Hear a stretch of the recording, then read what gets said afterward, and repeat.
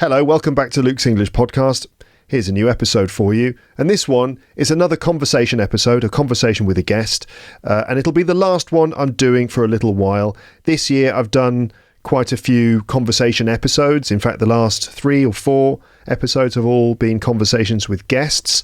But after this, you'll get some more solo episodes from me over the next few weeks, including, yes, a short story episode as well, because I know that people like those. So there is a short story episode coming soon. But now, for this episode, it's another conversation. And this time, it's with Kate Billington, who is a returning guest and a popular guest. This is her 5th time on the show. And over the last few episodes, I've done some fairly long introductions at the beginning, right, to explain certain things before the conversation begins. But I don't think it's necessary this time.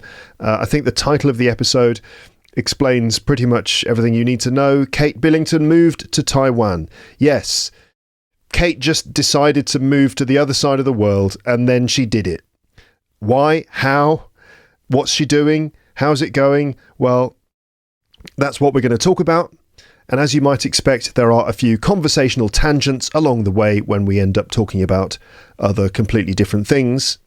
It's great to have Kate back on the podcast, even if we're not in the same room sharing cake and tea together.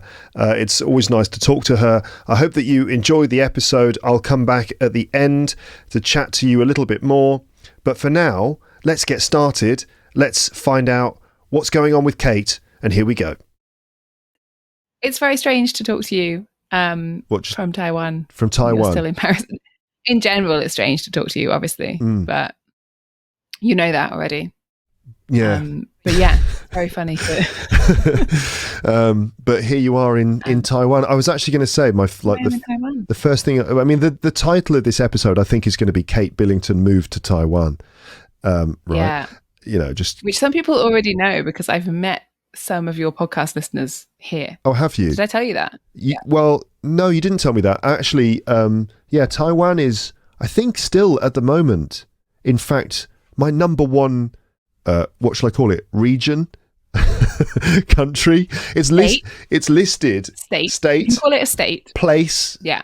It's the number one. I call it a country. That's controversial. Yeah. Personally, I call it a country. We've already got into the controversial topic of whether it's a country or not, but we're 2 minutes in.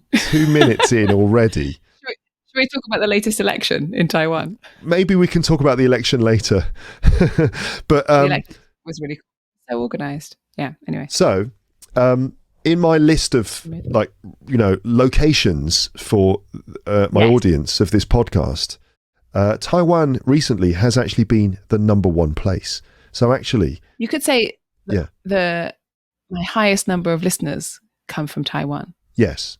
Then you haven't used the word country or nation or state. In the pie chart of the location of my audience, Taiwan has the largest slice of that pie chart. It doesn't mean that Taiwan has got more than everywhere else, right? Because actually the pie chart is cut into many, many, many, many, many fairly slim slices, because my podcast is, my audience is very widely distributed around the world. But of those many thin slices, Taiwan is the least thin. The thickest. Yeah. The fattest slice. Right. So I do actually have a lot of LEPsters over there in Taiwan. And now we're going to, Kate, cool. I'm going to ask you why you moved to Taiwan and stuff in a moment, because a lot of my listeners are like, why is she in Taiwan? But I'm going to ask you that in a moment. But first of all, so you've actually met some of my listeners over there, have you?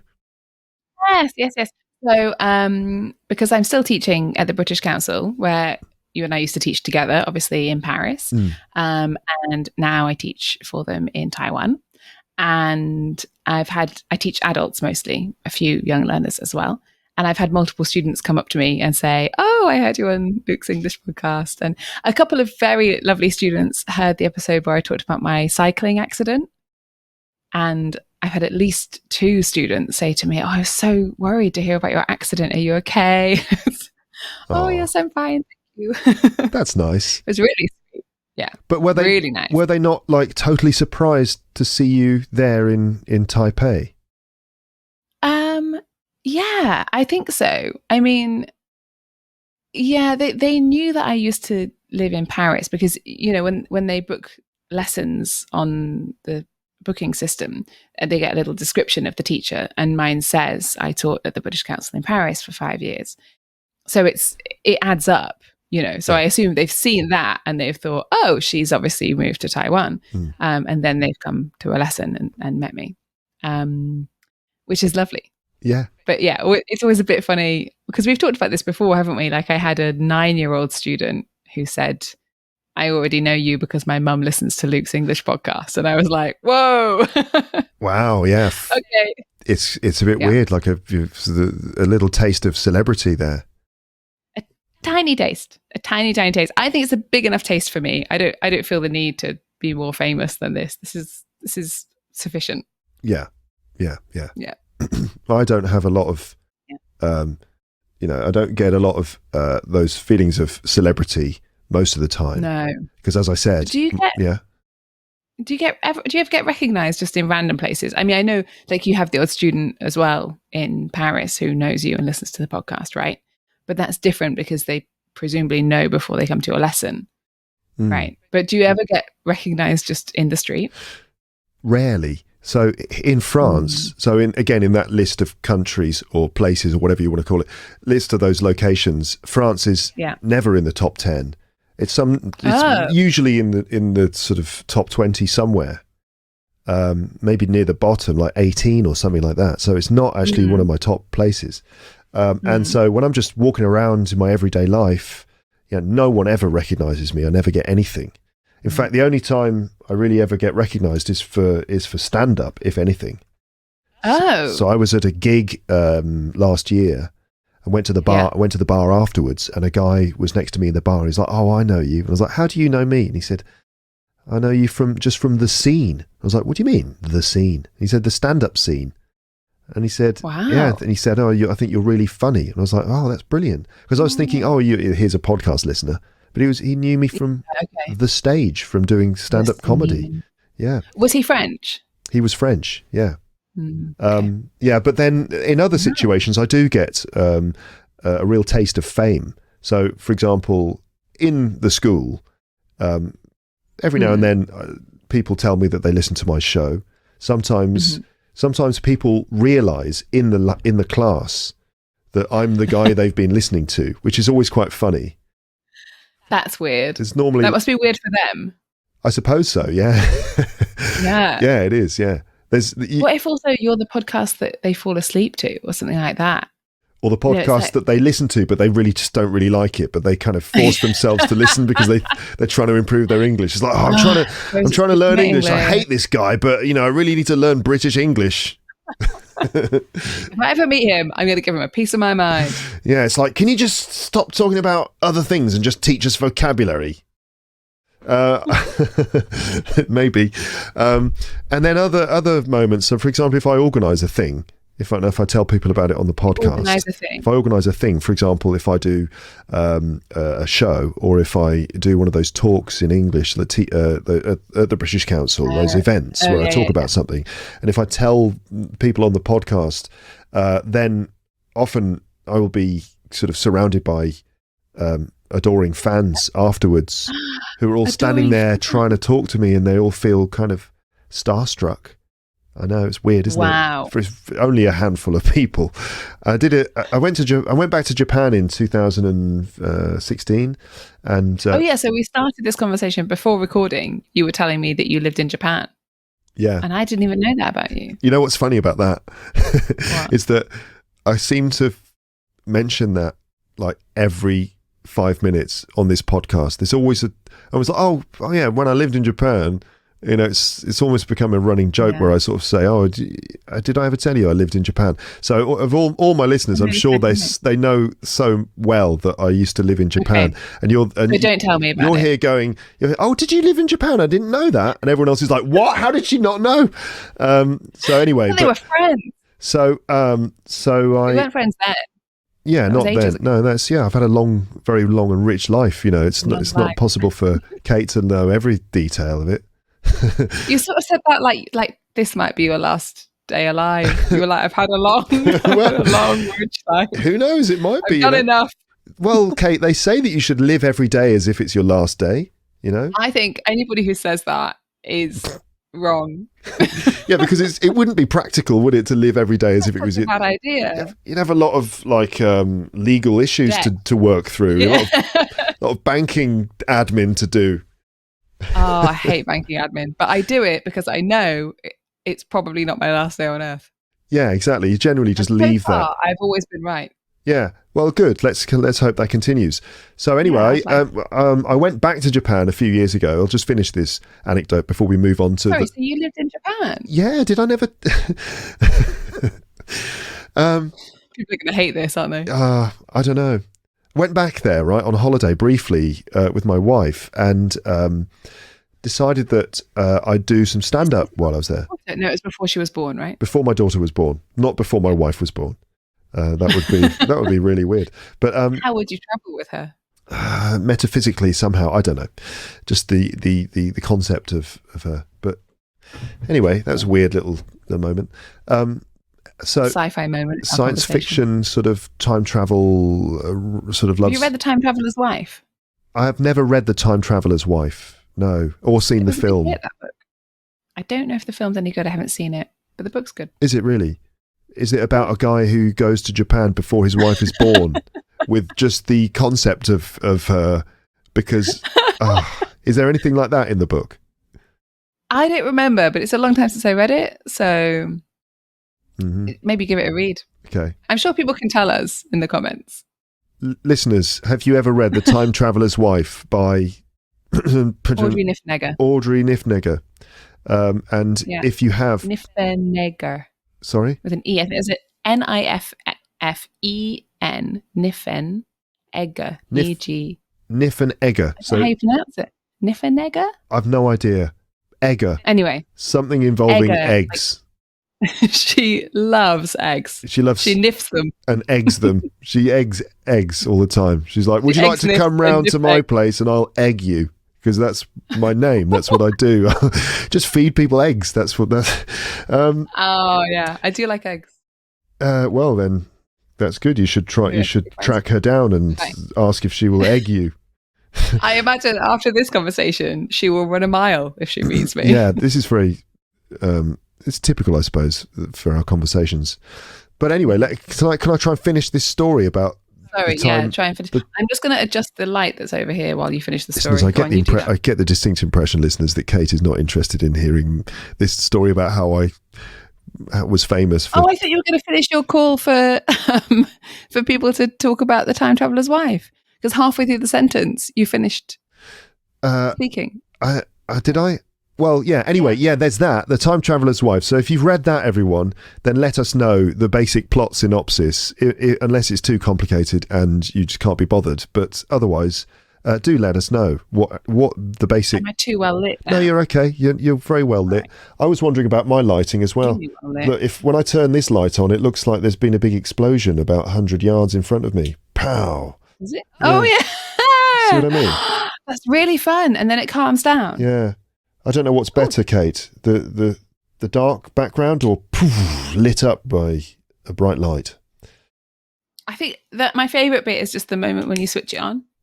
Yeah.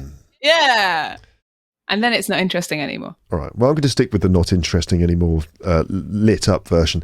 So, if you've read The Time Traveler's Wife, everyone, then let us know what happens. Anyway, once upon a time, I went back to Japan in 2016. Went back to Japan, did some stand-up. I told my audience about it. I thought, I don't know if anyone's going to turn up. And there was a queue outside the building when I turned up. Yeah, they were queuing up outside. There was too many people. They couldn't get into the room. So a lot of people were sitting on the stairs outside the room, just listening. They couldn't see. How big was the room? The room, there may be about 60 people or something like that. Just like your standard small like a little room above a bar kind of thing. So I didn't know how many people I'd get, but yeah, they couldn't all squeeze in, and there's loads of people sitting on the stairs outside just listening. Essentially, listening to Luke's English podcast is kind of what they were doing. So, how long were you doing a show, or was it like a variety show where you did a set? So I did about an hour, Okay. I got It was mostly you. it was mostly me, and I got some other comedians, a friend of mine, plus a couple of other people he knew, to sort of do about half an hour before me, and then I did about an hour after that, and it was that was really. I really felt like a famous person at that point because I walked into the room and the whole room went hey, like that. Which in England would be really worrying, but in Japan, normal is nice. Yeah, because hair means like wow, that's surprising, or wow, that's cool. Do you speak Japanese? Only a little bit. Chotto dekimasu. That's it. Dekimasu. That's all I can do. I used to speak a bit, but what does chotto dekimasu mean? Does that mean chotto is like a bit, a little bit, and dekimasu is like can. So I just basically said a bit can. A bit can. Yeah. All right. Anyway, why did you? So, Kate, why you previously you'd be in this? Normally you'd be in this room and you'd bring me cake, but no cake today because you are. I haven't got cake either. No, I'm sort of looking around as though it might appear. I haven't got any. You might just left some lying around, but no, you don't have any either. So, why did you move to Taiwan then, Kate? So, it was a bit of a whirlwind decision. It was quite fast. But as you all know, because you work at the British Council as well, we get these emails every so often, right, that say, oh, the British Council in this country is looking for a blah, blah, blah, Like the British Council Spain is looking for an exams coordinator or something. I don't know, Mm-hmm. And so normally we would get those emails and I would just delete them because I love Paris and I was very happy in Paris.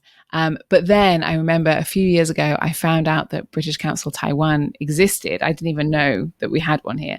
And I thought at that point, oh, that's the job that I would go for if it came up. Because I studied Chinese at university and my Chinese had got quite rusty and my French was good by this point. So I'd kind of worked enough on my French that I wouldn't lose it if I moved away,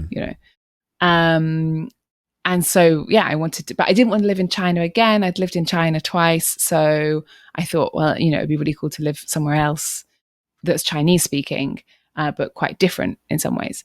And then, last spring or summer, I think it was the end of May, this job came up. So we got an email that said British Council Taiwan is looking for an adult coordinator, which is kind of like assistant head of the adult department, I guess.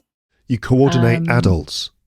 I coordinate adults. I just put them in lines, make them walk around circles. Make them go up and down stairs. It's a lot of logistics. Joking apart, though, adult coordinator means that you are a coordinator of the adult program at the British Council. Yeah, it means so we have the different departments, like adults, and I mean they're a bit different from one country to another, right? But essentially, the departments will be adult learning. And then maybe secondary students, so secondary school, which is probably teenagers, and then primary school, which is pre-teen or under teen, and then maybe some kindergarten level as well. Anyway, so we have these sort of departments, right? Yeah. And adult coordinator means like assistant head of the adult learning department. Okay, so you're not in charge of the adult learning department, but you are sort of second in command, as it were. I'm second in command, yeah. And so I got that email, and I was already secondary coordinator in Paris, but I did a lot more teaching of adults than secondary students anyway. So I remember getting the email and being like, "Oh, this is basically my job." Because I want to move to Taiwan, I want to practice my Chinese, and I already do this job, but I do it in a different department, so I know I'm qualified and I just want this opportunity. This is great. So the email arrived and I was like, oh, okay, I think that's for me. So then I applied, but it was very fast. And you probably remember that I told you, did I tell you I had the interview? Yeah, before you'd been offered the job, you told me in the summer. Yeah, at the summer party, right, that we had. That summer party where it was a Christmas party that was held in July, I think. Yeah, And for complex reasons that we probably shouldn't go into, but internal basically it couldn't be held politics. at Christmas. Yeah. So and we were asked to do stand-up comedy to entertain our colleagues, The masses. and oh god, that was interesting. There was no stage, no lights. I loved it. You loved it. I didn't love that. Because we just got on the bar. We had to stand on the bar, and Sorry, I chose to stand on the bar. I don't say we had to. I wanted to. I had to because you. I think it was my idea, and then I made you do it. You made me do it. Possibly what happened. I mean, it was all right, but like it wasn't ideal conditions for doing stand-up comedy. Standing on a bar with not very much light, and like people milling around in the street and coming into the bar and leaving. And anyway, it was all right. Yeah. But so yeah, you told me in the summer that you'd gone for the job. So, yeah, at that party, I think because you asked me something about doing stand-up in Paris the following year or something, and I was like, and you were like, "Why are you making that face? Why are you also why are you making that noise as well?" So you're like, "Are you going to go into opera?" Because I don't think you should. It's not your skill set. Another new really thing to try. I'm such a bad singer. You wouldn't believe. Yeah. So I did make that weird noise, I think. And then I ended up which means I've got something to tell Luke, but I'm wondering if I should tell him. Yeah.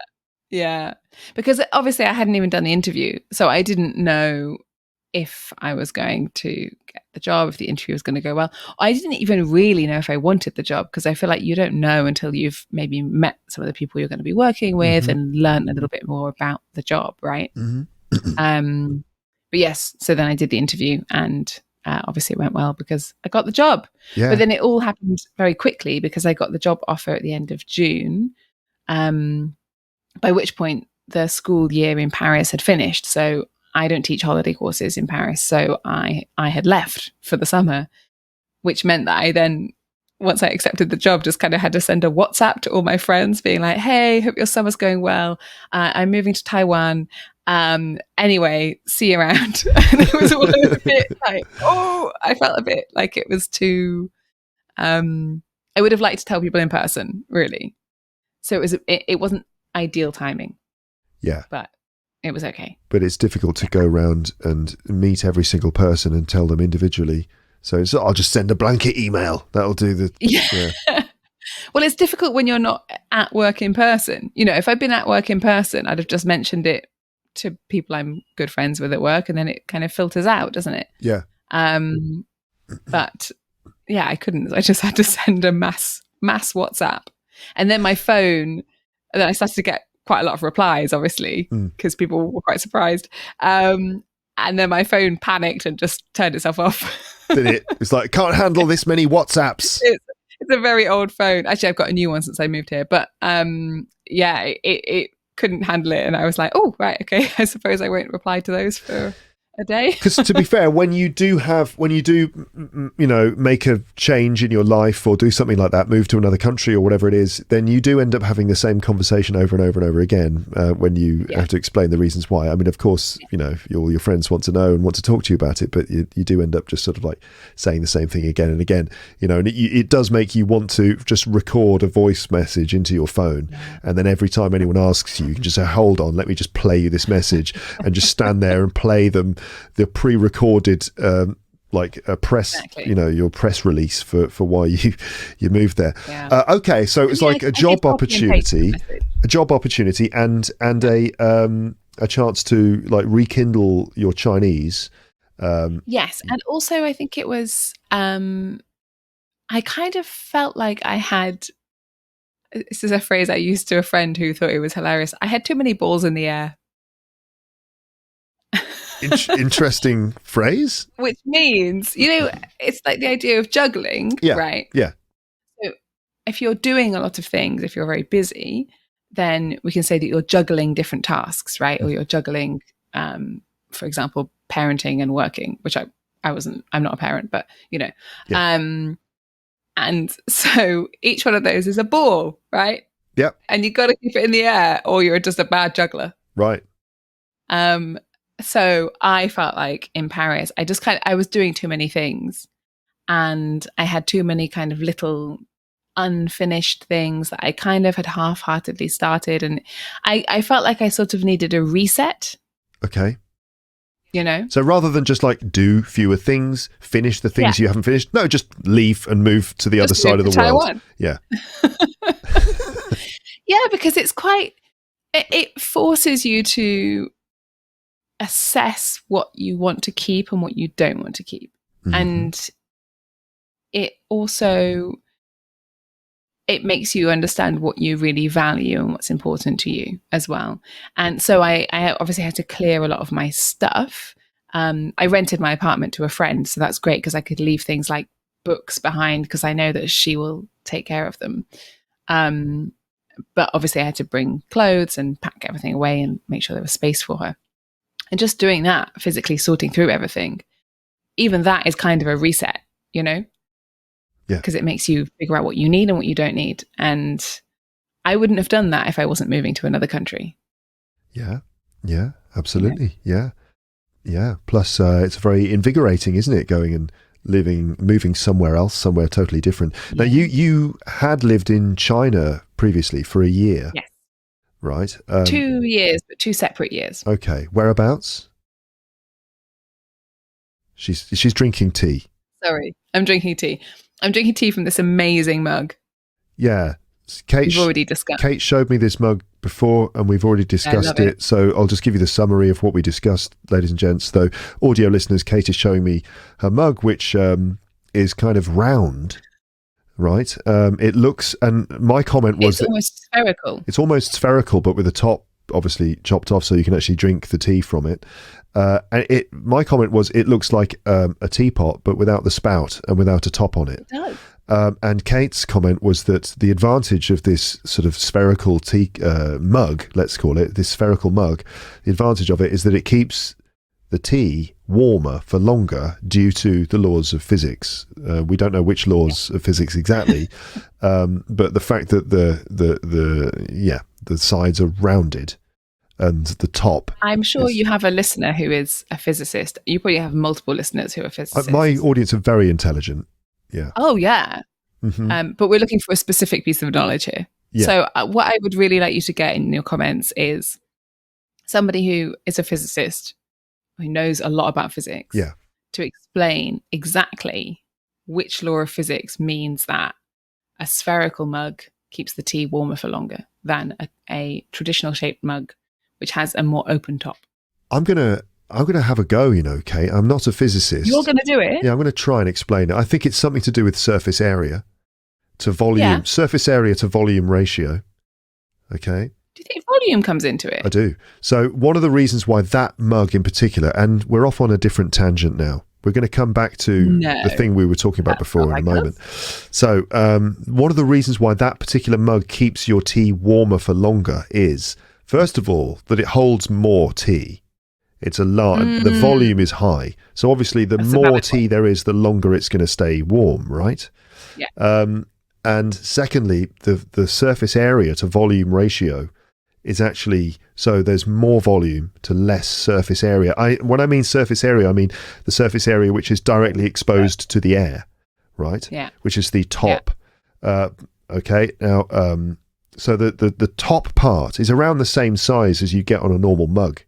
But then the rest of it, the shape is totally different. So there's, the surface area is quite small, whereas the volume is quite high.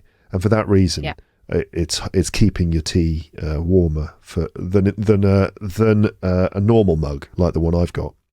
It's really quite big. It's not quite as big as my face, but it's not that far off. Yeah.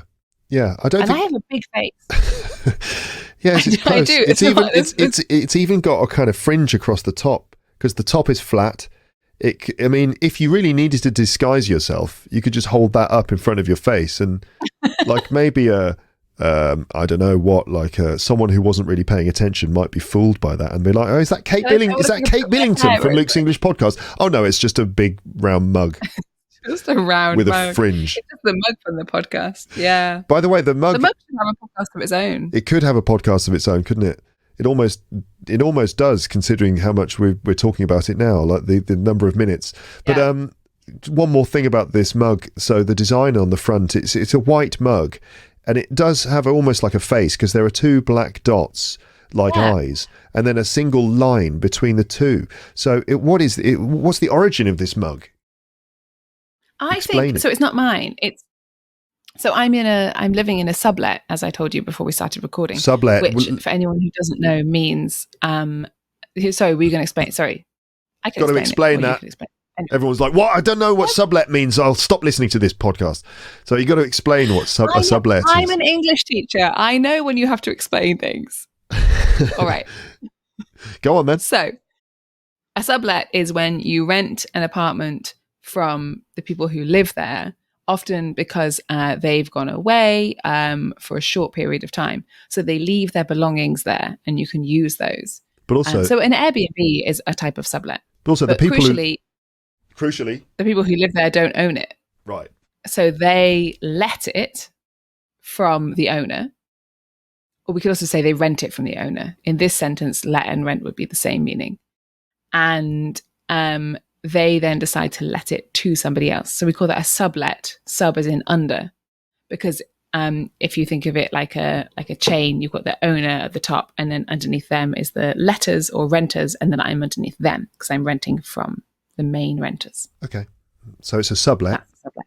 Yeah. So it's a sublet, which is very nice because it means it's all fully furnished and like everything is here that I might need, like mugs. Wait, it's awfully furnished. That's not very nice. Oh, it's I don't know why I said all. There was no need for all in that sentence. I could have taken it out. What did you say? It's just all fully furnished. All. Actually, what I should have said is it's fully furnished. No, I understand why you added all there, because you mean every single part of the apartment is fully furnished. It's completely fully furnished. Well, yeah, you don't need fully. You don't need all, because fully does the job. But anyway, did you see what I did, listeners? I made a very clever, very quick joke there, because Kate said it's all fully furnished, and I said, what? It's all fully furnished, like really. Was it a joke, or did you just mishear me? No, it was a joke. Yeah, see how fast I am. I know it made it. There's everything I need. You may have noticed, listeners may have noticed that above my head, there's a little row of action men sitting on a shelf. Video viewers. So when I say everything video viewers. Yeah. What did I say? Listeners? I don't know. But I always need to point out whenever we do something visual that, there's a huge pie chart full of people who are just listening. So Kate is referring to the fact that on the shelf behind her, there's a row of action men. These are sort of toys that traditionally boys play with. If we're being sort of gender specific, Barbies traditionally are the toys that the girls normally would play with, and action men are sort of like the macho male equivalent. They're basically soldiers, aren't they? Just I think so. Yeah, yes. I think they're kind of soldiers. Yeah, I think so. I don't know very much about action men. I just know there's a little row of them on my shelf. You've got a row of them sitting on the shelf behind you, and you just wanted to point out that those do not actually belong to you. That they belong to. I wouldn't be ashamed of them if they did. Yeah, but if they did belong to me, you would expect me to know a bit more about action men in general. Yeah. I know about. I don't even know if they're soldiers. I know about action men. They're basically specialised soldiers who have different outfits and lots of weaponry. So I had a couple of action men as a child. One of the cool things about them is that the eyes would move left to right. This is a huge selling point. That is quite cool. There was a little sort of toggle at the back of his head, and you switch it left and right, and his eyes move left and right so that he can see if anyone's trying to kill him. But only if they are located within his peripheral vision. Yeah, if someone's behind him, then he's dead. Ruined. He's not only is he going to get killed, but also someone can control. They're also going to wiggle his eye. They're going to control the way he's looking at things. So, Action Man is not going to be a good soldier because he's got several serious weak points, and he's a small. He's made of plastic as well, which doesn't help. Have you seen the Barbie movie? You know what? I haven't seen it yet, but I want to see it. Oh, it's so good. Is it? I love it. I was on a flight recently and I rewatched it on the flight. I'd already seen it. I saw it in the summer and I watched it again and I laughed out loud so many times, which I think is actually quite bad flight etiquette. But I couldn't help it. I want to watch it. And maybe when I do watch it, I'll make a podcast about it because it was such a big event last year actually. Such a big thing, and I'm sure there's lots of things to talk about. My parents watched it. My parents watched it, and they said to me, "Oh, have you seen the Barbie movie?" And I was like, "No." And my dad was like, "It's fantastic. We thought it was brilliant." Yeah, it is. And they both said, you should watch it. Make a podcast episode about it. I'm sure people would be interested in listening to that. You could watch it with your daughter. I could watch it with my daughter. You think? Yeah, she's 6 though. Yeah, Sarah. Donnelly. Sarah, we've got in common. Yeah, she went with her daughter. That's right. Yeah, they dressed up in sort of pink clothes and went to the cinema. Young as well. Yeah, she's got two daughters. One of them is just maybe a year older than my daughter. So yeah, okay. Yeah, that's a good idea. Yeah. Yeah, we watched. Yeah, she loved it. We're getting her into more films now that she's getting to that age. But she gets scared very easily. But I don't think there's anything scary in the Barbie film, is there? Anything scary? I mean, the patriarchy. Yeah. Scary. Terrifying. And there's also a bit, I don't want to give anything away, but there is a bit where Barbie's feet turn flat. Right. For the Barbies, terrifying. Yes. It's interesting. One thing, having not seen it, I mean, I do have one comment, which is like, I find interesting is that it's a sort of a feminist film, right? Isn't it? Yeah. Yeah. Yeah. Well, it is feminist, yeah. So it's against the patriarchy, which is causing problems for men and women. So yeah, of course. But what's interesting to me is that when did Barbie become a feminist icon? Well, so that's kind of what they unpack in the film, is that almost the way Barbie has been marketed and sold, one of the ways that they've promoted her is that she can be anything and anyone. Like that, you can get astronaut Barbie and scientist Barbie and Nobel Prize winning writer Barbie and all of these kind of different Barbies. Yeah. So the way that people who have marketed Barbie in the past would promote that is, she represents opportunity for women and the idea that girls can do anything and blah, blah, blah. Yeah. And then obviously the flip side of that is, yes, but she can't walk unless she's wearing high heels and she has to look perfect all the time. Yeah. And that body type, I mean, it's not realistic. And the body type is, if a woman actually had those proportions, she would just fall flat on her face all the time. Just break in half or something. Yeah, you wouldn't be able to sustain that. You wouldn't be able to stand upright. Yeah. Not to mention the feet. But that's what the film is about. Okay. Those two images of Barbie and how they conflict with each other. But it's very clever, I think. And a huge marketing success for Mattel, the company that Mattel, because they've turned their brand around from being this slightly problematic toy, which as we've said, promotes certain images, body images, and other things, and now it's become a fully legitimate feminist icon. Which Barbie has been transformed. That's interesting. And Greta Gerwig, the writer and director, said in just a clip of an interview I saw that she worked with Mattel on the film. They are one of the biggest funders the film. Yeah. And of course she had to get their approval because obviously Barbie is trademarked. And she said she just couldn't believe what they agreed to. Like they would let her do anything with the name of Barbie and the brand. And she was saying, I was expecting them to be quite protective of it and be very protective of this ideal version of Barbie that they're selling, that, oh no, Barbie is feminist, it's perfect, there's no problems. And in fact, apparently they just really gave her free reign to do whatever she wanted. Well, yeah, I suppose that's what they were looking for, right? As a way of kind of, dare I say it, feminist washing their previously problematic brand. I think people respond well to brands and people kind of owning what's bad about them, owning their mistakes.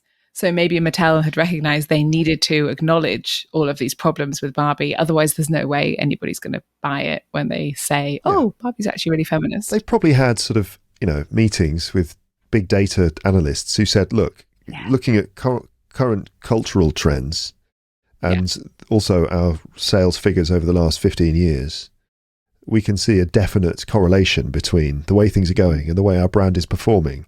And our all these consultants were like, our strong advice is that you badly need to rebrand. You really need to rebrand. Otherwise, this brand will be in the dust within 15 years. Yeah. So you've got to rebrand. So the message is U-turn in a completely different direction and full steam ahead in that direction. And so they're like, okay, right, what are we going to do? Movie. Great. Definitely. You can see a lot of money in that for sure. And a huge bit of a huge marketing boost with a film. Who have we got? Well, we've got Margot Robbie. Brilliant.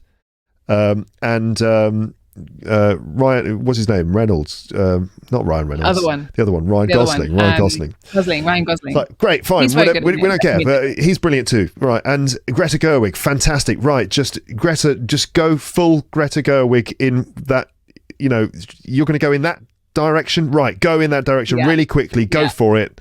They knew what they were doing. So of course they gave her. I also don't think, based on the other films I've seen by Greta Gerwig, I can't imagine her agreeing to restrictions particularly. She's very much, she really says what she thinks. But also, I don't know if it happened the way that you said. I think what happened was, because I'm pretty sure she and her husband wrote it over lockdown, and then they approached Mattel. Oh, really? I think so. And maybe Mattel were like... I know they wrote it over lockdown, but I think they wrote it and then they approached Mattel, because I'm sure she said she'd wanted to do it for a long time. Okay. But then it's possible she might have met someone from Mattel like 10 years ago and been thinking about it ever since. I don't know. Who knows? I mean, I don't know either. I'm speculating too. Have you ever seen Toy Story 3? Mm-hmm.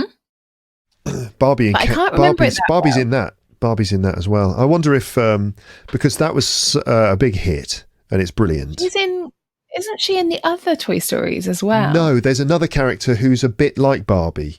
She's called Bo Peep, I think, or something like that.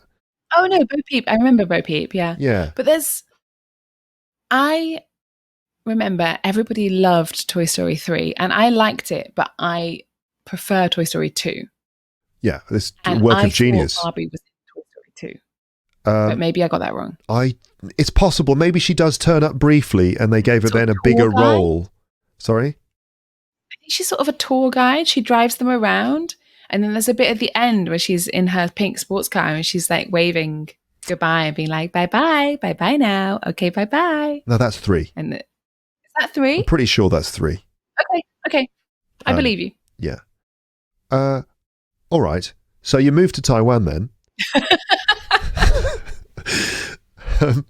Just for these action men? I just moved here for these. Just for the action men on your shelf there.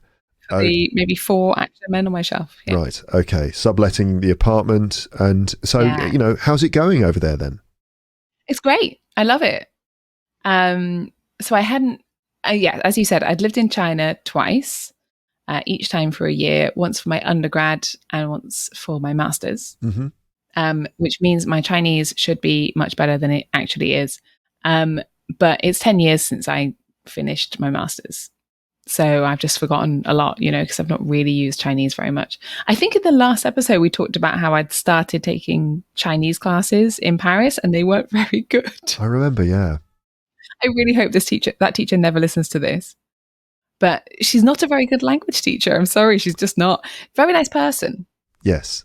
And not a great teacher. Yeah. Well, yeah. And you're an adult coordinator. So, obviously you're going to be a bit more critical than the average student.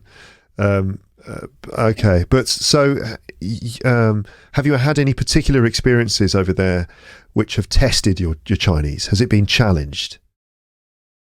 It's been yes. So I showed you the video of my stand up in Chinese, right? Yeah. So so I started doing stand up here again, and they run this brilliant bilingual night once a week. No, sorry, once a month. And the format is that they have 6 comedians.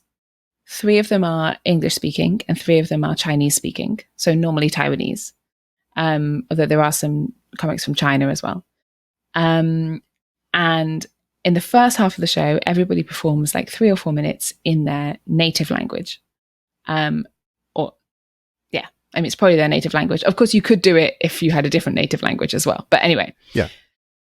So you could be French, for example, and speak very good English and very good Chinese and go and perform here. That would be fine, of course. But so the first time you get up on stage is to do the language that you're most confident in, and you do a short set in that language. And then everyone comes at the end of that section. Everyone then comes back on stage one by one to do a set in the other language. So the Taiwanese comics at that point are performing in English, and the English-speaking comics are performing in Chinese. Ooh. So I did that, and it was great. It was so much fun. I think it's on YouTube, but it's not like a public video. It's just some of those unlisted videos. But it was really, really fun, and it went quite well because then the people who run that show invited me to come back and perform at an all Chinese night. So I did that as the kind of only non-Chinese speaking comic or non-native speaking comic. And that was great. So how about comic timing in the 2 languages? Because obviously timing is such an important aspect of comedy, meaning that you kind of, just the way you set up a joke or set up a comment or story, the way that you get laughs by hitting a certain sort of rhythm, or the way you place a certain word or put a certain thing can structurally create laughter, How about in Mandarin Chinese then? So I think you might be overestimating the level of complexity of my Chinese comedy. Yeah. It was good and people laughed, but I wouldn't say I think about all that stuff when I'm writing comedy in English, definitely. And I think about things like sometimes a certain word order works much better than another word order, right? So that you hit the punchline at the end of the sentence. Yes. Or sometimes even things like a 1-syllable word is going to work, but a 2-syllable word wouldn't. Yes. Because of the rhythm of the sentence, things like that. In Chinese, my main aim was just to be intelligible and make sure the audience could follow what I was saying. And the kind of set that I did as well was telling an anecdote. Yes. So telling a story about something that had happened to me in Taiwan, which means there weren't any kind of puns or anything like that kind of require complex wordplay. It was just me describing a situation, really. Yeah, because that happened to me. When you're doing that sort of comedy where you're sort of storytelling, often it's really just the events of the story that become funny. I mean, you can take it to another level where not only are you talking about funny events, but also you're structuring your story and sort of hitting certain beats and all those comic methods and techniques and things. Okay, but all right, cool. Mine wasn't that complex. Mine was just get the events across. Just get through the story and make sure people understand it. Okay, was my objective. So, do you feel like you feel like your Chinese has improved then in the last how many months now? Is it like 4 or 5 months? It has been 140 days. Ooh, 140 days. Yeah. Okay. So that's what's that? It's 3 and a bit months. Yeah. Yeah. Okay. I know it's been 140 days because I have an app that I use to practice writing Chinese, and also to improve my vocabulary. And you can, when you can build up a streak on apps like that. Yes. And so I had a streak because I was practicing before I moved here. And then on the day I moved here, I missed a day of practice because I was busy getting a flight. And so then when I arrived here, I started again at 0. Oh, no. Which is quite nice because it means that the app counts the number of days I've lived here. Okay, right, I see. I thought cool. before when you said I said, how do you know, when you told me that you knew it had been 140 days and you said you had an app, I thought you meant you had an app that helped you count number of days. You know, it's like you can't, really, the apps that will just count for you. Really? Yeah, I've met a few people here who have them. So like people have one couple who I met, they had an app that showed how many days they'd been together. Oh, all right then. And I was like, oh, okay. And then I mentioned that to a colleague and he was like, oh yeah, I've got it. And he's got it from like his first date with his wife and then also like their wedding day and also things like when each of their children were born. And he was like, it's quite cool because sometimes I see things like I'll be like, oh, my daughter is 2,000 days old today. That's quite cool. And yeah, then they'll do something, you know. And I was like, oh, okay, yeah, I like that. Oh, so that is a thing then. All right. It's a thing. But anyway, you know you've been there for 140 days because you're on a 140-day streak since your flight. I am. Yeah. Okay. So yeah, it's improved then. It's yeah. Is it? Yeah. Well, my Chinese, yeah, it has improved. So when I first got here, it felt very rusty and I had to really think hard for especially sort of little interactions and a lot of day-to-day vocabulary is different in Taiwan and China. So even words like eat in and take away, those words are different.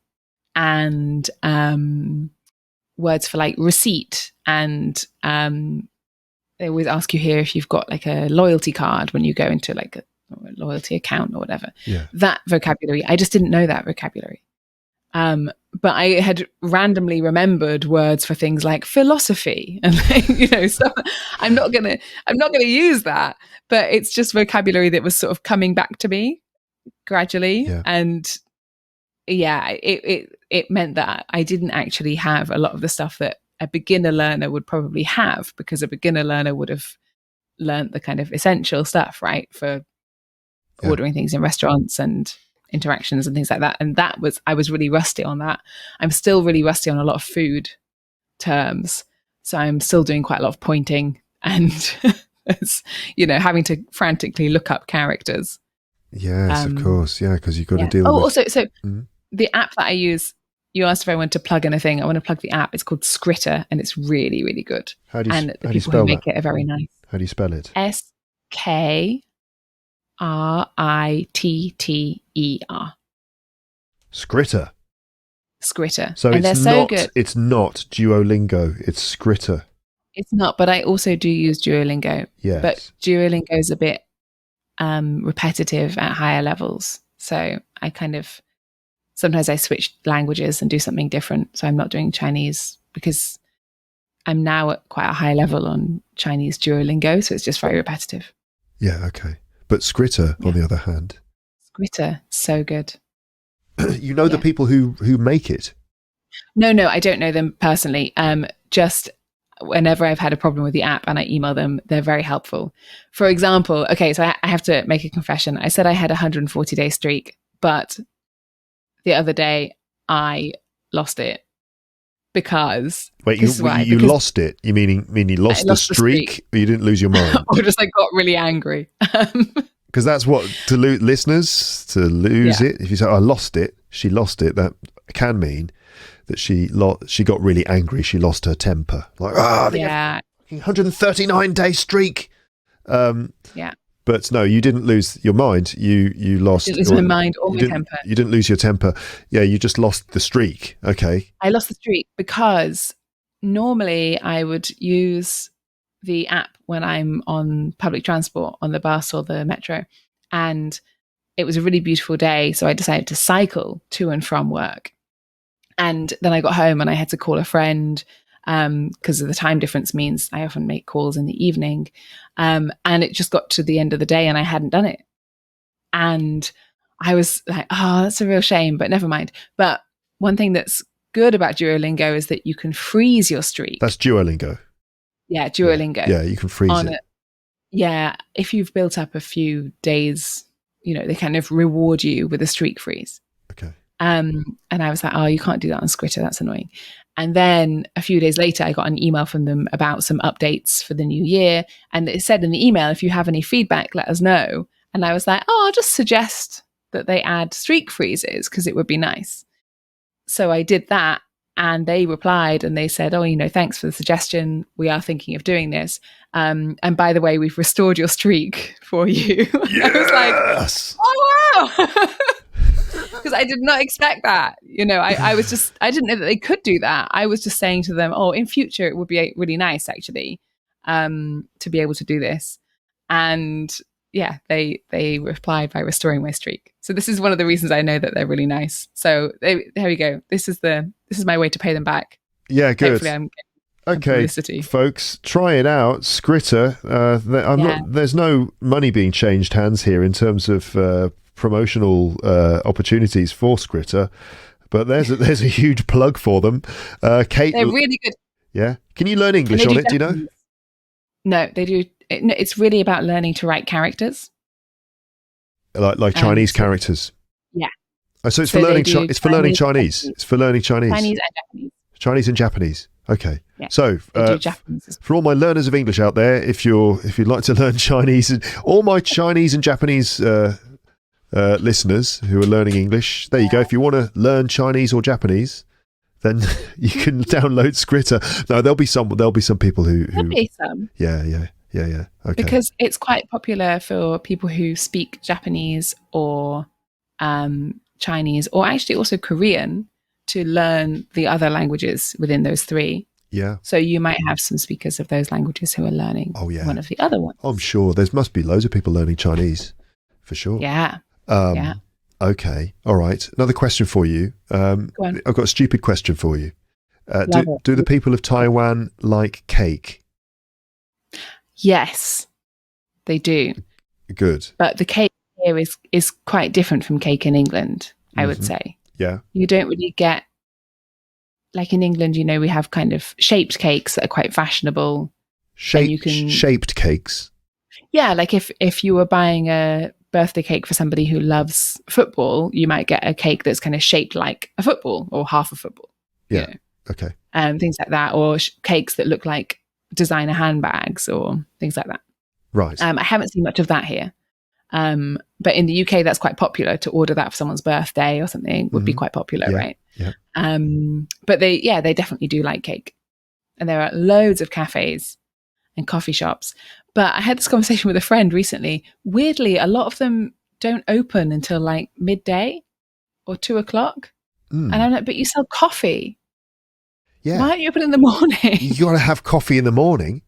Yeah. This is what I want my coffee. I'm really confused by it. I don't understand. So many of them don't open until later in the day. So what hot drink are Taiwanese people drinking in the morning, and where are they purchasing it? You can get coffee. You can get it from like the local convenience store, for example, or obviously you can make your own coffee at home. But I just find it very surprising that so many cafes, like the big ones like Starbucks, and there's one called Louisa Coffee, which is Taiwanese, but it's everywhere here. Yeah. They open early. But the kind of nice independent coffee shops, they all open in the afternoon. That's interesting. Really weird. Taiwanese independent coffee shop owners, leave your comments in the comments section. Why is it? Yeah. If your comment says, I have a lovely independent coffee shop in Taiwan and I open early in the morning, and I mean, when I say early, I mean the earlier the better, then I would like to hear from you, please. Tell me where it is. You got one customer already in the bag. I will be there. I will bring friends. That's okay. You heard it here first. Coffee shop owner in Taiwan. Be ahead of the game. Be ahead of the game. And open your coffee shop at 7 a.m. Yeah. Oh dear, that's a long day though, isn't it, for a coffee shop owner? 7 a.m. start. Oh. Well, I don't know. I think a lot of cafes in Europe, I think, would open quite early and then also close early, or then some of them become restaurants, don't they? But they'll obviously have different members of staff who arrive for the lunch shift and the afternoon shift. Indeed. Everything. Indeed. Okay.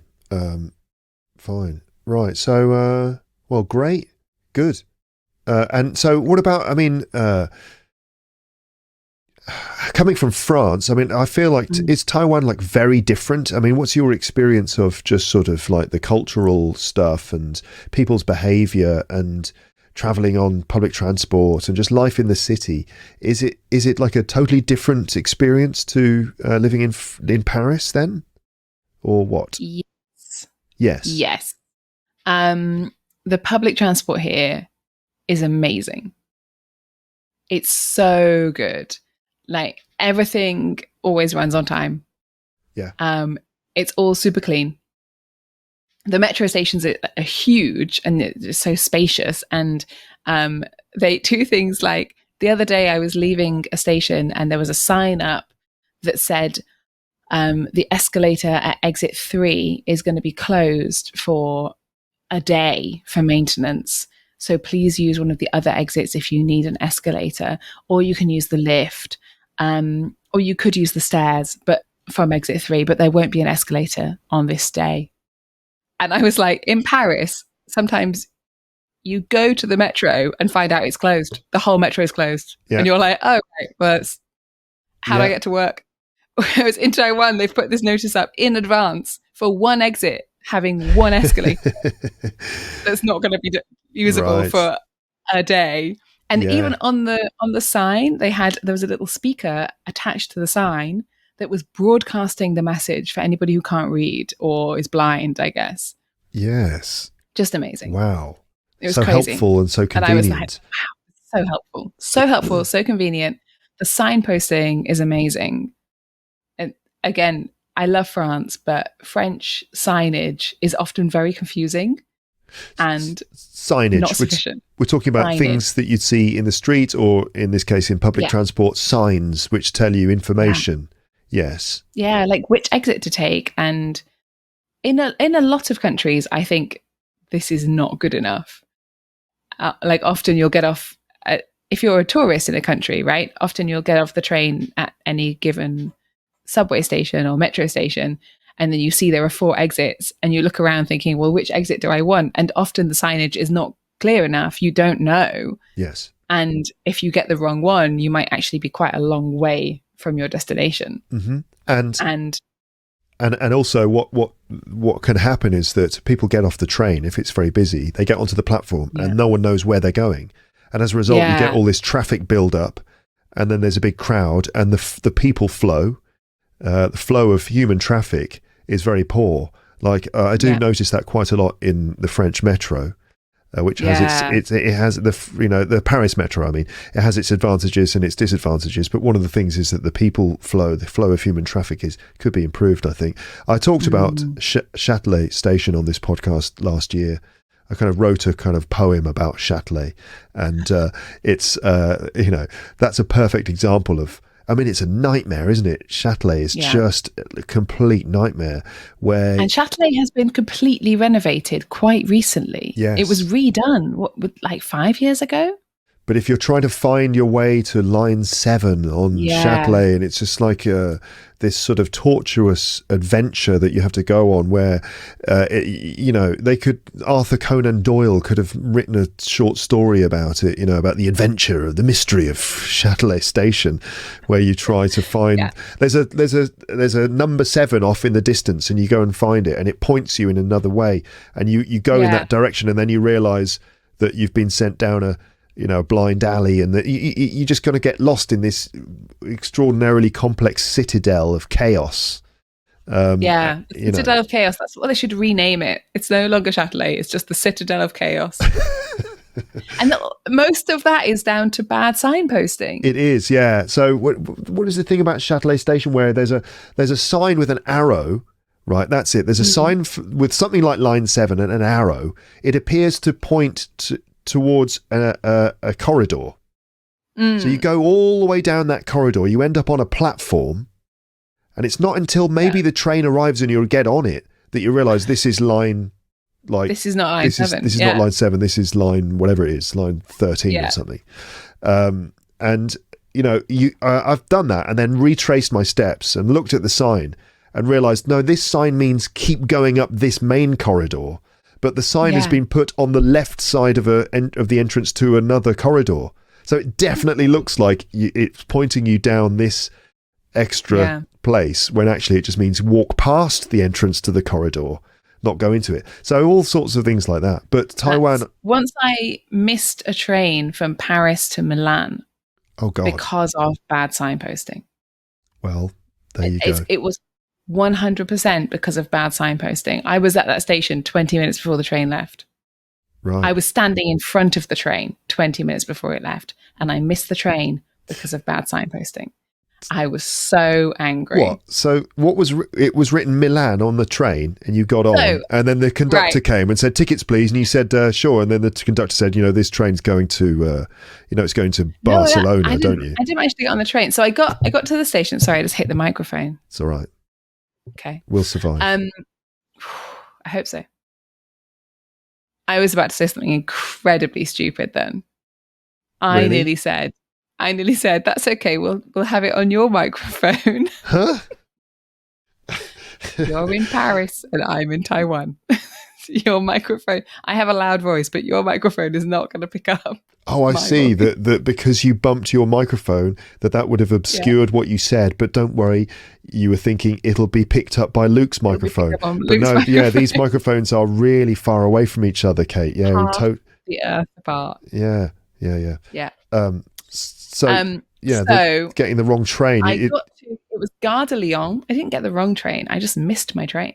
Oh. I got to Gare de Lyon and it said that my train was going from platform A. So I saw the train and I was looking at the front of the train, and on the left of the train, as you look at it, was a huge, huge sign up high that said A. And I was leaving from platform A. Okay. So I was like, okay, great, there's my train. So I had 20 minutes, right? So I was like, I'll go and get a coffee to have on the train. Because obviously it's a long train journey. It's like 7 hours or something. Mm-hmm. So I went and bought a coffee and a croissant and then went back to the big A, and I walked under where it said A, and I walked all the way along the train, and the train was next to me. So the train's on my right. Okay. There's a big A up in the seat above you, and underneath that A, there was a train. Yeah. Right? So there's a train that's on the track, obviously. Yeah, thank goodness. Yeah. And then to the left of the train is the platform, and above the platform it says A. Okay. And I know my train is leaving from platform A because that's what it says. Yeah. On the sign. So I'm walking along the train, along platform A, and I go a really long way because I was in the first carriage of the train, and it's really, really far. It's like 20 carriages. You're halfway to Milan, basically. I walked to Milan. That's the end of the story. Like the train is that long that you halfway to Milan, and you got on the train, and then it took you the rest of the way. Yeah. So I walked all the way along. The train's right next to me, and I, by this point, was like, "Wow, it's lucky I arrived early because this is such a long walk. I'm almost going to run out of time to get on the train." But at that point, if I thought to myself, "Oh, I'll just get on here and walk the rest of the way on the train," this wouldn't have happened. But I didn't do that because it's a pain to walk all the way along inside a train, right? Yeah. So I walked all the way to my carriage, which was the first carriage. And then I pressed the door to open it, and nothing happened. Well, you're not meant to press the door. You press the button to... All right. I pressed the button on the door yeah, go on. to open it, and nothing happened. And by this point, it's probably 4 minutes before the train's due to leave. So I'm starting to panic.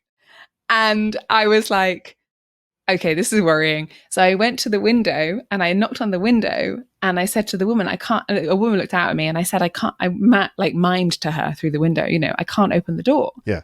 And she went, no, it's the other side. Oh, God. So I had walked all the way along this train under the sign that said A. Yeah. And it turned out, actually, platform A was the other side of the train. Oh, God. And they couldn't open the doors on that side? No, can't open them. Because this is France. Mais non, c'est pas possible. Mais non. But there were no people either. I mean, I should have realised there were no people. Like, but there were a few people, but there were no like train guards or anybody. Yes. So I panicked, ran with my like pull along suitcase and a coffee in one hand, which I should have just dropped. Ran along the train. I ran past 2 other people doing the same thing as me. Okay. And I shouted to them, "It's the other side!" I mean, in French, obviously. And we were all running and running and running and running and running.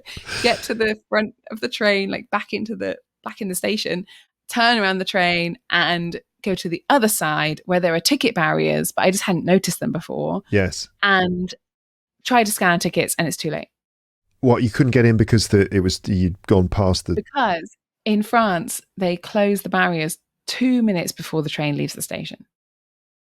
Why? Which meant we had to spend 2 minutes standing there watching our train not to leave. And you weren't tempted to just vault the gate, just jump over? You can't. And there were so many guards, and I had a pull along suitcase. Right, of course. And they wouldn't have let me on. They shut the gate. They shut the doors of the train. You can't get on the train. Okay.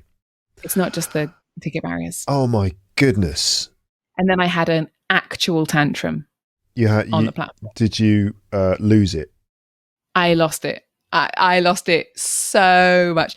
And the thing that really annoyed me as well, there were many things that annoyed me, but one thing was after the 2 minutes were up, we'd spent these 2 minutes watching our train not leave. After these 2 minutes were up, then the train guard, who was obviously on some kind of horrible power trip, was like, "Oh, now I can let you onto the platform." And he opened the gates so we could walk onto the platform and watch our train leave. Yeah, I was like, I didn't pay my money just to be able to walk on this platform. Yeah. This isn't where I'm having my holiday. On this platform. So bad. It was so bad. Oh, that's infuriating. That's very and it was 100% because of that sign. Yeah, that's very typical I took a picture of the sign. How things can be difficult. And I don't mean to just like always bang on about Paris and sort of like complain about things, because obviously it's wonderful. No, it's wonderful. But you know, everyone knows, including all the Parisians, you know, everyone knows that there are certain things that for some reason you just have like these really difficult, annoying experiences, and it's like not entirely sure why. Yeah, who was responsible for the signage? Because it wasn't just you. There were several other people who'd been led in the wrong direction as well. And I noticed the next time I went to that station, now every time I get to that station, I get there like 2 hours early because I'm so paranoid about it. And the next time I got to that station, I noticed they'd put up a gate so you couldn't walk all the way along platform A, the one that's labelled A. You couldn't walk all the way along it. So they put up a barrier instead of just changing the sign. They just actually put up a barrier. You know, at least people won't make that mistake, right? Because they'll get to the barrier and then they'll be like, well, why can't I walk along this train? And then we'll probably come back and find a guard and say, I'm looking for platform A. And the guard will say, oh, it's not the one that's labelled A. Yeah, that's why I said that like Arthur Conan Doyle could write a Sherlock Holmes story about this, because you kind of do have to be Sherlock Holmes to use the deductive method to work out which platform you're supposed to be on, because you get, well, Watson, clearly the platform is A and this is the right platform, but Holmes, there's a barrier here. Another A. Okay, it's like, okay, Watson, you just hang around here for a while, I'll go and investigate. And then you know, he comes back and he's like, well, I've spoken to the local street cleaner who knows the station like the back of his hand, and he assures me, you know, it's like that's how you have to actually find the right platform. It's that level of mystery. Yeah, and deductive reasoning and investigation that's involved. Yeah, there's always some complicated thing. But Taipei, though, on the other hand, is a different story entirely. Well signposted. The signposting is incredible. Okay, that's good. Different signposting. All right. But other than that, then, is it just the same? Is it just like another... Everything else is the same. Everything else is 100% the same. Different. The cakes are different shape, and the signposting They've got an Eiffel Tower. They've got everything. No, they haven't, actually. Okay. What else is different? It is... I really think one of the standout things is the level of organisation and the cleanliness of it. And I haven't travelled elsewhere in Taiwan yet. I've only been in Taipei. partly because I sprained my ankle quite badly ages ago and it's not healing. So I can't, well, it's healing slowly. But it means I can't sort of go hiking or anything like that. So I've not really been anywhere. But that's changing. Thank goodness my ankle is getting better. So I'm going to start exploring Taiwan more. But anyway, from what I've seen in Taipei, it's just extremely well organized. People are very nice, very polite, and very law-abiding. It's great. Okay, fantastic. Well, really good. So are you going to stay out there for a while, or what do you have a plan? Are you able to tell us? I don't have a fixed plan. When I applied for the job, in my head, I was going to do it for a year. And then I got the job and I was like, a year is actually not long enough, is it? And also it feels a bit, not quite dishonest, but a bit cheeky to take a job and have them, fly me out here and kind of train me up to use their systems and everything, all while I'm intending to leave within a year. That's not really fair, I think.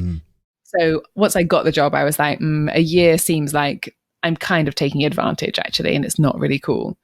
Obviously, if something happens and I need to move back for whatever reason, that's different. But to plan to move back after a year, I think is not particularly honest. Yes. So I realized quite soon after getting the job that I wasn't going to leave after a year. So I think now in my head, it's 2 or 3 years. Okay. And I don't know which. I don't think it'll be more because I don't think I can live this far from my family for much longer than that. Yeah. Because my family's based in the UK, my parents and my sister and her kids, and it's just too far. Plus, you can't get an artisanal coffee in the morning. So no, you can't. How long? To be fair, you can get a perfectly good coffee in the morning. It's just not from one of the nice little coffee shops. I know. Yes, I know. Yeah. Okay. Well, hey, brilliant. And if you bump into any more of my listeners out there, then say hello. Say hello. Yeah. I will. And all the best. And thanks. Come back on the podcast to give us an update. I will. Well, now I've got this fancy microphone that you so kindly sent me, so I'll have to. Yes, no choice. Indeed. Well, great. Welcome back. You're welcome back anytime. And thanks. And I'll be back, and I will be back in Paris at some point. So yes. As I said, I'll bring the microphone back to you. Okay. Well, yeah. Fine. Thanks for giving us an update. It's been Thank you really for cool. asking me for the update. It's so lovely to talk to you again. It's so funny to talk to you all the way over in Paris. I know. How random. People might be sort of still surprised by that. That's like, wait a minute, he was in. They were talking in the same room before, and now just like she's off on the other side of the world. But that's cool. That's brilliant. All right, best. Yeah. Well, yeah. The plane does fly very fast, doesn't it? Yeah. Okay. Well, cool. Thank you. Have a lovely evening now. Thank you. I will have a lovely afternoon. Yes. It's still. Yeah, the connection's gone a bit weird, but it's all right. It's still the morning for me, and I'm going to sort of do a bit of work and then eat a lovely, delicious French lunch of some kind. All right. Yeah, that's the plan. All right. Lovely. Have a nice, have a nice evening. A bientôt. Bye, Kate. Thank you. Bye. So that was my conversation with Kate, recorded just a couple of weeks ago. And the connection there on the call went a bit strange at the end. Did you notice? It just kind of like, we had that thing when you're in a video call and there's a delay and you say something and then there's a long pause and then you say something else and then they reply to the thing you said first, but by the time they've replied to you, you're already saying another new thing. And then you wait and go, they think there's a delay. And then you wait a bit and you say something else. And then they say, yeah, there is a delay, isn't there? And then it's a total disaster. So that happened just at the end a little bit. But thankfully, that's the only time it happened in this conversation. And the rest of it was fine. And yes, lovely to have Kate back on the podcast. Lovely to catch up with her and find out what's been going on with her. If you are a listener in Taiwan, hello to you. shout out to my listeners in Taiwan. And who knows, maybe you will kind of bump into Kate at some point. Maybe if you end up taking English lessons at the British Council in Taipei, or you end up going to a comedy show in English over there, and who knows, maybe you'll actually see Kate. And if you do that, you'll be able to say, hello, Kate, I'm a fan of yours from Luke's English podcast. I don't know what you could say. You could offer her some cake or something like that. You could say, here is a Taiwanese cake recipe that you might want to try and make. And then you can put it in a plastic box and send it to Luke. I don't know. But anyway, if you see Kate, say hi. That would be nice. What else do I want to say at the end here? Not that much, really. I mean, not much. What else is there to say? One thing, actually, I did want to do is look at a few listener comments from recent episodes. So let's do a little kind of listener comment section here at the end of this episode. All right, because I like to, I get lots of comments, because I'm, kind of a big deal these days, I get a lot of comments on YouTube and stuff, and I can't reply to them all, but it's nice to be able to share some comments sometimes. So what I'm going to do is, let's see, first of all, maybe I can just go through the episode archive and look at episodes I've done this year. So the first episode of the year was episode 863. Let's see if there are any website comments. Most of the time, most of the comments arrive on YouTube, but I do get, quite a lot of website comments as well.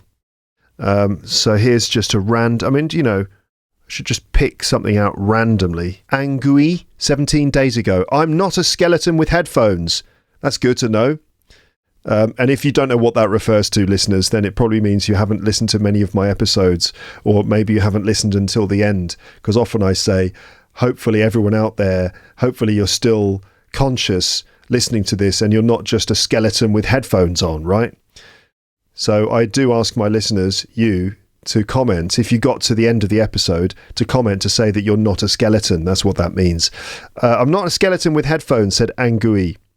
I finished listening to the podcast. It was lovely and funny as always. By the way, this is the episode called Welcome Back, Your English in 2024 with Luke's English podcast. That was that quite long episode where I talked about, thinking about your English, reflecting on your English progress, and trying to get into the right frame of mind, and to be mindful about your English, and also to think about various other things you could be doing to work on your English this year. So I finished the podcast. It was lovely and funny as always. By the way, this is the one where halfway through the episode, I had to pick up my son, and I continued podcasting with him kind of in the baby carrier. And he was a very good boy. He slept for most of the episode. He's probably not the only one. But anyway, in this particular case, he slept through most of it, which was very good of him. So Angui said, happy to say that I'm an LEP subscriber. Thanks for the good work, Luke. My regards from Peru. I love listening to this podcast, and I'm used to this kind of long episodes since last year. So Angui, I don't know if I'm pronouncing your name correctly, as ever. Whenever I read out listener comments, I never pronounce people's names properly. But anyway, she says that she's used to these kinds of long episodes, which is good. That's good. That's the idea. I want you to get used to listening to English for a slightly longer period of time. What's more, I enjoyed hearing your little boy almost crying. It was cute to hear his voice. Thankfully, he didn't cry. In my case, in order to improve my English skills, I listen to music, write my thoughts in English, listen to podcasts, read classic novels, and I also pray in English out loud every day. Okay, what else have we got? Let's have a look at I tell you what, let's also have a look at YouTube, and we'll look at the top comment, because on YouTube you often get like the most upvoted comment. That you see that at the top of the list. So let's have a look at the most upvoted comment for episode 863. This one's from Natalie, and it received 187 upvotes, and it goes like this. I work at Sainsbury's. So Sainsbury's is a supermarket in the UK. I work at Sainsbury's and have 4 night shifts a week. A night shift, that's when basically you have to work at night. I wonder what Natalie does at Sainsbury's at night. Maybe something to do with packing up stock, putting stock on the shelves. I'm not sure. Anyway, I work at Sainsbury's and have 4 night shifts a week. That's pretty hard work because that means that you're basically working at night. And I realised today that I listened to Luke's podcasts for 30 hours last week during my boring work. Each time I understand more and more. It's an amazing discovery for me. I'm proud of myself and thank you so much for your work. You're welcome. I've been learning English for a year and sometimes I lose motivation, but every time you inspire me. I'm from Ukraine and we're having a very difficult time now. But you make me smile and always remind me to keep going. My big dream is to get a degree in the UK, and when I graduate, I will definitely mention your name. Wow, that's nice. Really, you're going to mention my name when you graduate? That is very nice. And best of luck at work on those night shifts, and also best of luck with the situation in your country as well. My thoughts go out to you, Natalie, and thank you for your comment. Let's see. Let's move on to the next episode, which was episode 864, called A Winter Ramble. That's where I talked about lovely cold weather, being too lazy to wash the cups in my room, feeling exhausted because my son won't sleep, having to bounce him up and down on a yoga ball. New Year's Eve celebrations, which basically meant staying in bed and getting cozy in bed, which is the best way to spend New Year's Eve as far as I'm concerned. Performing stand-up comedy to 4,200 people. A recommended YouTube channel, that's where I talked about GeoWizard and his straight line missions. By the way, have any of you actually checked out the GeoWizard YouTube channel since I mentioned it? I wonder how many people actually have started watching his videos. Let me know if you have been watching GeoWizard's channel. I'd like to know what you think. And I also talked about recent horror films that I've seen. To be honest, I just wanted to talk about films that I'd watched, but it turned out that I'd only watched horror films. So obviously I'm a very disturbed individual who only likes to watch creepy horror films. But anyway, that was episode 864, a rambling episode. Oh, there's only one comment on the website, and of course it's from Molly Tai. Hello, Molly, if you're listening. Molly, you're a bit of a mystery. I've mentioned you before. Sort of a mystery is Molly Tai, because I don't know if you've noticed, if you've ever been onto other channels as well, other Learning English channels, you always get comments from Molly on those as well. So, Molly, I'd love to know more about you. We want to know who you are because, Molly, you leave these sort of poetic, slightly cryptic comments on all these episodes. So this is Molly's comment from a month ago on my rambling episode. Luke speaks to us off the cuff, meaning spontaneously, vehemently this time. Vehemently, sort of forcefully, passionately, intensely. We take stock of our winter supply. Certainly Natalie does in Sainsbury's. Anyway, we take stock of our winter supply. The more the better. It's part of an English balanced diet. Reflect on the past and expand on the future. Never cut off from the outside world. We push through time and space with adventurous missions. They're few and far between. The drive is upward trajectory. Don't get swept up in a dilemma. What goes around comes around. Thanks, Molly. Although, actually, I feel like that comment... Did you mean to leave that comment on the previous episode? Because I used all of those expressions in that episode. But anyway, it's always sort of interesting to get a comment from Molly like that. Thank you, Molly, for your, thank you for your comments and stuff. It's always interesting to get your comments. Let's have a look. Let's have a look at the video version on YouTube and see what the top comment is. Recommend. Okay. So top comment is simply this from Adele.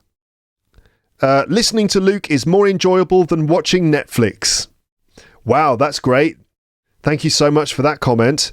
74 upvotes for that one. Brilliant. Very happy with that. What else? Actually, I did watch something on Netflix just the other day, which I thought was brilliant. It was called Society of Snow. Right? It's a Spanish production. Society of the Snow, a Spanish production, survival thriller film directed by J.A. Bayona. and it's all about the Uruguayan 1972 plane crash, right? The Andes flight disaster, where a plane carrying this rugby team from Uruguay, I think they were going to Chile to play rugby. They crashed in the Andes and ended up stuck there for a grand total of 71 days. 71 days, and it's a gripping story of survival and of all sorts of things. It's all about friendship, faith, and extremely difficult moral decisions in the face of like certain death, stranded in the frozen Andes. Fantastic, a really great film. I really enjoyed it. I mean, there's another film that tells the same story called Alive, which is an American production, I think, from a couple of decades ago, 2 or 3 decades ago. This one, I feel, was perhaps even more powerful. Alive is a very powerful film, but this one I thought was even better than that. I watched it in Spanish with English subtitles. It's always nice to watch films in the original version, but, reading the subtitles, it's nice to hear the original language.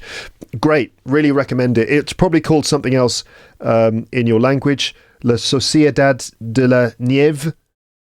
Is that correct? The Spanish version. Anyway, Society of the Snow, 2023 survival thriller film on Netflix. So I recommend it. Listening to me is more entertaining than watching Netflix, apparently. But, I'll take the compliment. I take it.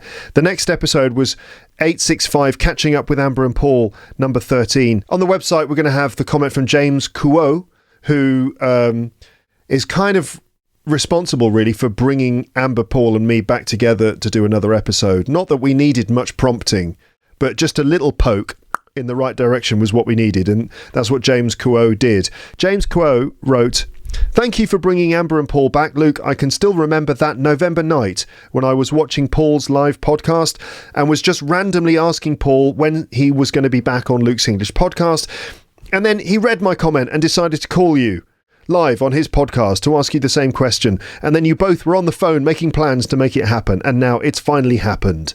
I'm so glad to finally see this episode. Amber and Paul are on the podcast." Yes.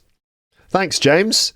What about on YouTube? What was the top comment on YouTube, I wonder? This one is simply this. It was Tedris Tedrissel? I don't know. Anyway, thanks, Luke, for this wonderful episode with Amber and Paul. Do it again and again. Okay, yes. In fact, Amber, Paul and I were just texting each other the other day, talking about how we really need to get together and do this again.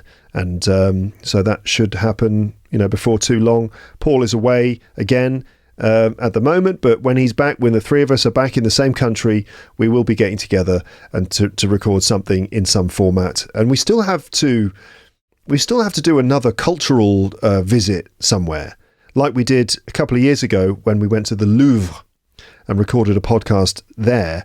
We're thinking of doing another one of those, and if not, we can just do something else. There's many things that we can do together. Let's move on then to The Lying Game, number 9, which was the next episode. Any interesting comments there? Okay, this is just the most recent comment from Monica 4 days ago. "Hi Luke, I've just finished listening to this episode. I have to say that episodes with Paul and Amber are my favourites. And by the way, Paul mentioned 7 stomachs when you were talking about cows. It was Alf who had 7 stomachs. Do you remember this American series about a hairy red creature that fell from space onto the Tanner house, produced in the late 80s? I loved this series. Greetings from Poland." I do remember Alf. Of course I remember Alf. Alien life form. Yeah, I don't remember much about him except that he was a puppet, right? An alien puppet, sort of brownish, reddish colour, and he had a sort of a sense of humour. And didn't he like to play frisbee or something? Something like that. Anyway, yeah, and Alf had 7 stomachs. Okay, how many cows? How many cows do stomachs have? No, how many stomachs do cows have? How many stomachs does a cow have? All right. According to Google, according to milkmeansmore.org, cows technically only have 1 stomach, but it has 4 distinct compartments made up of rumen, reticulum, omasum, and abomasum. It's very different than a human stomach. That's why people often say that cows have 4 stomachs. They don't. They've got 1. It's in 4 sections. So in fact, none of us were right in the recording of that episode. But yeah, Paul randomly said 7 stomachs. But yeah, maybe that was like a little memory from watching Alf in 1989, because it was Alf who actually had 7 stomachs. Cows have 1, but in 4 sections. You see, you learn things. You get cultural nostalgia and general knowledge from this podcast, as well as English. You learn about how many stomachs not only cows have, 1, but also nostalgic characters from old 80s TV shows. What about the comment on YouTube for this episode? Let's have a little look. What was the top comments? Come on then. It was this from Moroccanese. 2 episodes with Amber and Paul within a week. That's wonderful. Thank you, Luke. You're welcome. Then, of course, someone had to reply, 2 were recorded in the same day, as Luke has explained many, many times in the first episode, so no surprise, but yes, it was wonderful. I love that. That's like a slightly, I don't know, that comment could have been mean, but in the end it turned out to be nice. Actually, Luke said this many, many times, they were recorded in the same day, but anyway, yes, it was wonderful, heart emoji. So, all right, we still stayed nice in that comment. All right, thank you for your comments. Let's move on to, what? Episode 867. Let me just find that, episode 800. Well, wait a minute, before we get to that, there was obviously the episode called 1 million subscribers on YouTube, and I can sum up the comments under that, which are basically congratulations. And of course, remember, listeners, congratulations, it's always got an S on it. It's not just congratulation, it's always congratulations with an S. And also the other one is, it's always thank God. Like, thank God I found your podcast, for example, or thank God for the internet or something. It's always thank God. It's not thanks God. It's not thanks God I found this podcast. That sounds like it could be logical, like you're saying thanks to God. Hey God, thanks. Thanks God. No, it's not actually that. It's in fact thank God, like I want to thank God, or let's thank God. Let's say thanks to God. So let's thank God. So that's why it's thank God. Thank God I found this podcast, you might say. Would you say that? Thank you, Lord God, for allowing me the grace to find this podcast. Maybe. I don't know. Don't mean to be glib about that. So what have we got? On the website, quite a lot of ninjas came out of the shadows to leave me comments on this episode. Victoria said this. Hello, Luke. Hello, Victoria. I've been listening to your podcast for several years, and I've been a ninja for all this time. Now I'm leaving my cosy shadows to congratulate you with what you absolutely deserve, and thank you for your terrific work. A simple thank you is clearly not enough, though. I'm not a podcast person at all, and yours is in fact the only podcast I'm listening to. And I'm so lucky and happy to have such great company whenever I'm stuck in my daily routine, washing up, cooking, walking, travelling alone. I'm delighted to know English well enough to understand and appreciate such high quality content and such a lovely and intelligent person like you. Big, big thanks for your effort and time. Keep it up and take care. Cheers. Wow. Absolutely lovely. Thank you, Victoria. That's nice. What else have we got on YouTube? Do we have a top comment there? Obviously, we're getting closer and closer to now, right? So, I mean, this one I'm looking at was only published 10 days ago, so there aren't going to be that many comments or that many upvoted comments. But the top comment here is simply this. I can't say the name. I can't say it. WG Chamara Sampath. Again, I've just ruined someone's name. I'm sorry. Anyway, the comment was this simply: "Congratulations, Luke. You are a wonderful English teacher. Thank you." Well, that's very nice of you to say. Thank you so much for saying that. Lovely. What else have we got? Okay, so this takes us to a fairly recent episode. In fact, this one was published last week as I record this. And it was episode 867, Multimodal Communication with Nick Peachy. That's where I talked to Nick Peachy about multimodal communication. And one of the things that happened in that episode was that at the end, I talked about how I was thinking about my podcast background and whether I should change it. And I sort of mentioned the idea that it would be good to just like remove loads of stuff from my background to make it more minimal, even suggesting that I could install some sort of curtain behind me so that there was just nothing there at all, because I was concerned that maybe all of the details in my background were distracting.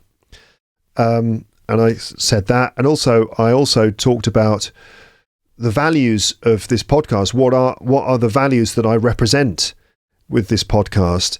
And I kind of wasn't quite sure exactly how to summarize it, because I have defined my values, to be fair. I have defined them in the past, because I wrote a list of aims for this podcast, the aims for this whole show, which is basically to provide a resource of authentic speech for learners of English, to inform my audience about methods and strategies for improving their English, to educate my listeners with grammar, to enrich your vocabulary, to entertain you, to highlight aspects of culture, to raise awareness of pronunciation, to keep you engaged in the listening process long term, to make you laugh out loud on public transport, and also to dominate the world with an army of ninjas equipped with biscuits and good English.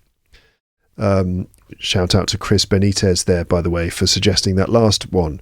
So I have actually identified my aims, but I wanted to consider more deeply what values I represent with this podcast, and I was a bit stumped by that question. I didn't quite know how to answer it. I didn't quite know how to answer it. But a few people wrote in the comments what they thought. Let's have a look on the website page, see what I can see here. Okay, there's a couple here on the website page. This first one is from Marija. I'm not sure how to say your name. Of course. What did you expect? Anyway, hello, this is my first time to comment on your podcast. It's my first time commenting, I would say. First, let me introduce myself. I am an older, retired teacher. I enjoy life. Life in retirement is really pleasant and interesting if you make an effort. I'm a grandmother. I have grown-up children with whom I also communicate via social media. The world is changing rapidly. I found this episode very interesting. The first thought that came to me when I started listening to this episode was, my God, how many interesting people I met in this podcast. How many good people. This episode is really something special. Topics that are important for the wider population and which give a lot of food for thought. Thank you very much to you and your guest. I like your room and nothing bothers me. Greetings from Slovenia. Very nice. Hello to you there, Marija in Slovenia. I don't get that many comments from Slovenia, so it's very nice to receive one. And food for thought, that's a nice expression, isn't it? It gives you food for thought. It gives you something to think about. And thank you for saying that you liked my room and that nothing bothers you. That's nice. Raquel also wrote a comment saying, hi, Luke, that was an interesting episode. I've really enjoyed it. As always, I'd like to tell you what you transmit to me. I usually listen to your podcast. I very seldom watch your videos. In my case, you give me a feeling of closeness and proximity. It's almost as if you were a friend just talking to me. In fact, I usually talk to you out loud while I'm listening. You look relaxed, at ease. You make me feel that way too. That's why I've been listening to the podcast for the last 2 years. Thank you for your work. See you. Bye. Thank you, Raquel. I think that is one of the things that you get from the audio episodes, right? Is that feeling of kind of closeness and proximity. For some reason, when you just listen to the audio side of things, it feels a bit more intimate and a bit more like a one-on-one personal thing. When you watch on YouTube, you're definitely aware that you're just one of many other viewers, because you can see the number of people who have watched the video, you see the comments below and stuff like that. There's more of a sense of interaction, and also you get the feeling that you're just watching one of many other videos which are immediately available to you. Whereas with the audio version, it's just you and the voice, and that's pretty much it. So it is a different experience. What about on YouTube? What is the most upvoted comment for this video? It's my own comment where I said, hello, my introduction is quite long, but hopefully useful. The interview starts at 22 minutes and 37 seconds. Leave a comment below and share your thoughts. But one person, Tatiana, wrote this: Luke, don't change your background. It makes your videos unique, cozy, homely and special. It's always interesting not only to listen, but also to observe what is dear to you. And I think this brings you closer to your listeners. That's very nice. Thank you very much for that.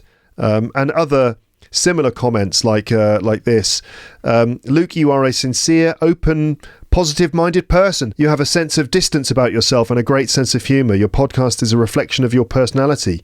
You pursue your passion, help others, and make the world a better place.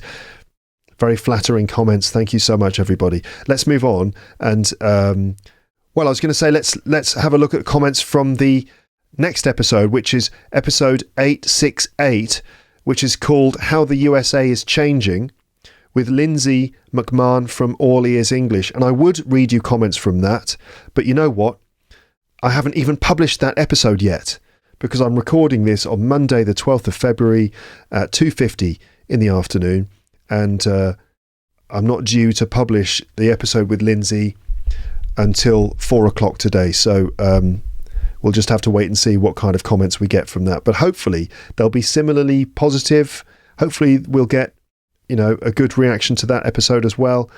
We will see. But I think that's probably it for this. And of course, please do leave your comments to this episode, the one you've just heard with Kate. We talked about all sorts of things. It's always lovely to talk to Kate. And it's great to know that she's doing fine over there in Taiwan. And just to hear about how she decided to go and then just went off and did it. Quite adventurous. So that's good, isn't it? All right. Leave your comments in the comments section. Thank you so much for listening. I'll speak to you again soon. And as I said before, there'll be more solo episodes coming. At least one story episode and a few other things which I've got in the pipeline. So I'm looking forward to recording those and publishing them, and then seeing what you think of them as well. All right. Thanks so much for listening. Thank you for commenting. And I will speak to you next time. But for now, it's time to say goodbye. Bye. Bye. Bye. Bye. Bye.